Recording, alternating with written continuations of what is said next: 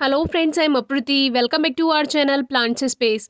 अभी फरवरी में ही कुछ दिन पहले हमने बेगम बहार का प्लांट लिया था और जब इसको हमने पॉट में शिफ्ट किया था तो आपसे भी वीडियो शेयर की थी। तब प्लांट पे काफ़ी कलियां आई हुई थी और हमने उस वीडियो में भी आपको बताया था कि अभी हमारे यहाँ इसका कलियों का मौसम नहीं है, तो हो सकता है ये कलियां झड़ जाएं। और ऐसा ही हुआ। हमारी व्यूअर ने भी लिया था तो उन्होंने भी यही कंप्लेंट की है कि हमारे प्लांट में भी ऐसा ही हुआ है, तो हमने सोचा इस पर एक वीडियो आपसे शेयर कर देते हैं। पौधा लाल मिट्टी में लगा था और हमारे यहाँ लाल मिट्टी में लगे हुए पौधे सरवाइव नहीं कर पाते हैं। अगर वो चलेंगे भी तो उनकी ग्रोथ बहुत अच्छी नहीं होगी, पत्तियाँ छोटी हो जाएंगी, फूल नहीं आएंगे और जो कलियाँ बनी हुई हैं वो भी झड़ जाएंगी। और ऐसा ही हुआ। हमने ये सोचकर इसको लाल मिट्टी को नहीं बदला था कि इसकी जो कलियाँ हैं हो सकता है वो खिल जाएं, तो इसको कुछ दिन ऐसे ही रखा रहने देंगे। लेकिन देखिए, पत्तियाँ भी झड़ गई, कलियाँ भी झड़ गई, जबकि हमने इनकी कोई रूट डिस्टर्ब नहीं की है। तो इससे आप समझ सकते हैं कि लाल मिट्टी में हमारे यहाँ पौधे क्यों नहीं चलते हैं। और ये प्लांट जहाँ से तैयार होकर आते हैं वहाँ इनका मौसम होता है। हमारे यहाँ अभी इसका फ्लावरिंग टाइम नहीं था, अब ग्रोइंग सीजन स्टार्ट हुआ है। यानी कि जो पहले के लगे बेगम बहार के पौधे हैं उन सभी में सर्दियों में ग्रोथ नहीं हो रही थी, पत्तियां झड़ गई थी और अब फरवरी से न्यू शूट्स आनी शुरू होंगी। फ्लावरिंग के लिए प्लांट तैयार होगा और आने वाले गर्मियों के मौसम में प्लांट फ्लावरिंग करेगा। तो ये लाल मिट्टी को ऐसा का ऐसा हमने पौधे को बाहर निकाल लिया और इसके लिए हमने एक पानी से भरी हुई बकेट रखी हुई है, उसमें हमने इसको थोड़ा थोड़ा इस तरह से डिप कर दिया और इसको थोड़ी देर ऐसे ही रहने दें। सोक करने से क्या होगा, रूट्स टूटेंगी भी नहीं और अपने आप वो मिट्टी रूट्स पर से हट जाएगी। तो ये लाल मिट्टी हटाने का तरीका है और मोस्टली रेनी सीजन में ही हम ये प्लांट्स लेते हैं लाल मिट्टी वाले, क्योंकि अगर बिना मौसम के करें तो प्लांट स्ट्रेस में जा सकता है। लेकिन अभी हमारी मजबूरी थी। वैसे तो फरवरी में भी ये काम किया जा सकता है, लेकिन अगर हमें अपने प्लांट को बचाना है तो हमें ये रिस्क लेना पड़ेगा और इस तरह सारी लाल मिट्टी रूट्स पर से हट जाएगी। अब इसको एक बार अच्छे पानी में भी हमने वॉश कर दिया और वापस से उसी पॉट में जिसमें हमने इसको लगाया था और वही मिट्टी जो इसमें से बाहर निकाली थी तो वो हमने भर दी है, जो कि काऊ डंग यानी गोबर की खाद और मिट्टी का मिक्सचर है। तो ये हमने दोबारा से इसमें भर दी है और अच्छे से इसको थपथपा दीजिए, जिससे रूट्स में जो जो जगह बनी हुई है वो सभी भर जाए, मिट्टी का जो कण है वो हर कोने में इसमें पहुंच जाए। और इस तरह से प्लांट को कुछ दिन धूप में ना रखें, क्योंकि अभी इसकी हो सकता है पत्तियां गिरनी शुरू हो, क्योंकि रूट्स पर से मिट्टी हटाई है इसीलिए पत्तियां तो झड़ेंगी ही और प्लांट स्ट्रेस में जाता है, इसलिए ऐसा होता है। लेकिन प्लांट बेकार नहीं होगा, क्योंकि छाया में रखेंगे और फिर से इसमें न्यू शूट्स आ जाएंगी। ऐसा ही हमने सोचा है, बाकी अपडेट आपसे शेयर करेंगे ही। तो ये तो थी बेगम बहार की अपडेट और यह है हिबिस्कस की एक न्यू वैरायटी जो कि हम गुड़गांव से लेकर आए थे, आपसे भी शेयर किया था नवंबर में।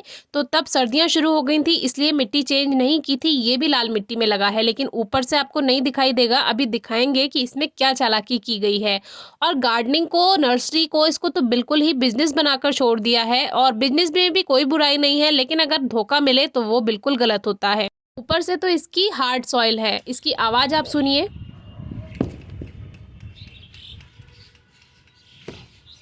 तो आवाज़ से आपको अंदाज़ा लग ही गया होगा ये मिट्टी कैसी है और क्या इसमें पौधा चल पाएगा, आप खुद ही सोचिए। अब इसकी हटाते हैं लेयर्स।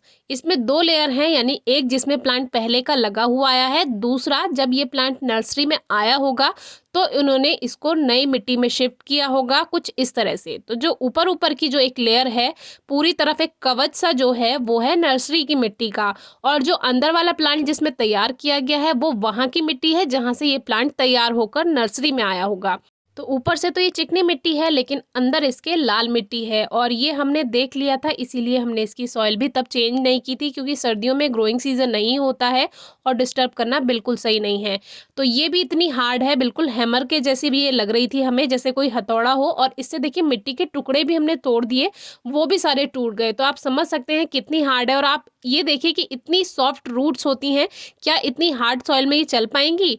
तो इसको भी हमने उसी पानी में सोक किया और इस तरह से इसकी भी सॉइल लूज की, लेकिन बहुत देर पानी में रखने के बाद भी ये मिट्टी नहीं हट रही थी, तो इसको हमने बहुत देर रखा रहने दिया और फिर ये आराम से हट गई।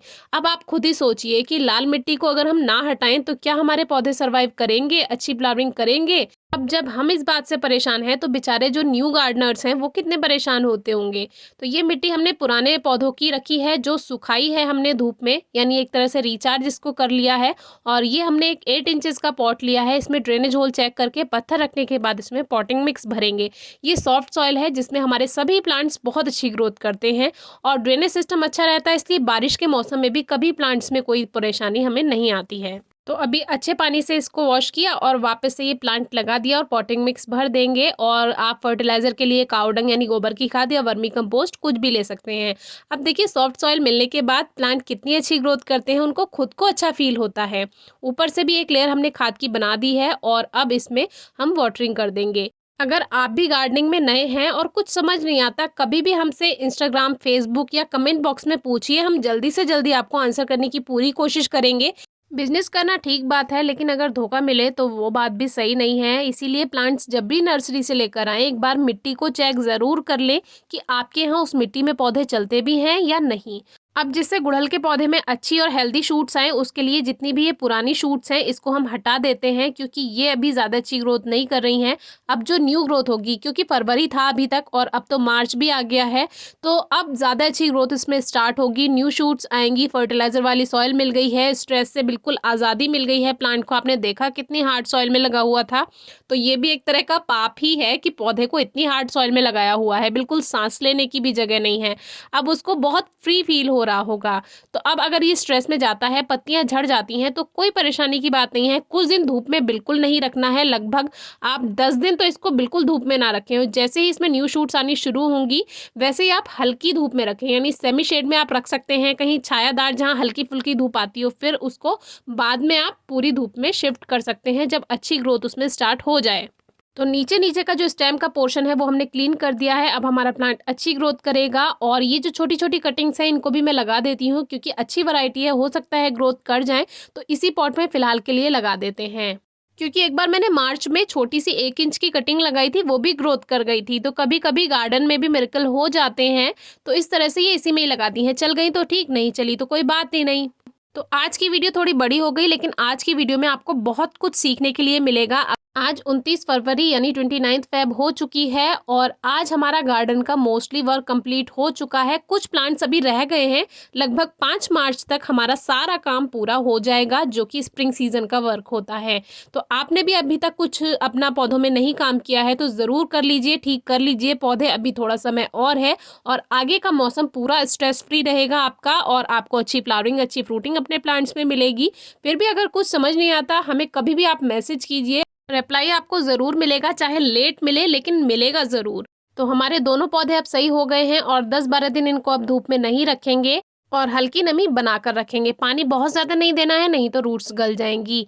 और जिनके यहाँ लाल मिट्टी में पौधे चल जाते हैं उनको चेंज करने की ज़रूरत नहीं है, वो लाल मिट्टी में ही पौधे लगे रहने दे सकते हैं। और इस बची हुई लाल मिट्टी को हम बाहर गार्डन में कहीं डाल देंगे साइड में, जहां दूसरे पौधे ना लगे हों, तो इस तरह से वेस्ट भी नहीं होगी और गार्डन में भी चली जाएगी। तो कोई क्वेरी हो तो ज़रूर पूछेगा। Thank you.